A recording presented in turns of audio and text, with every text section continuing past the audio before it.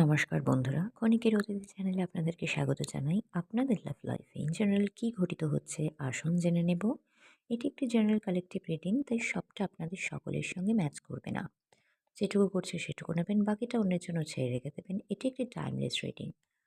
আপনি যখনই দেখবেন তখনই এই রিডিংটি আপনার জন্য অ্যাপ্লিকেবল হয়ে যাবে। তো ঠিক আছে, আসুন দেখে নেওয়া যাক। ওকে, 8 অফ পেন্টাকলস,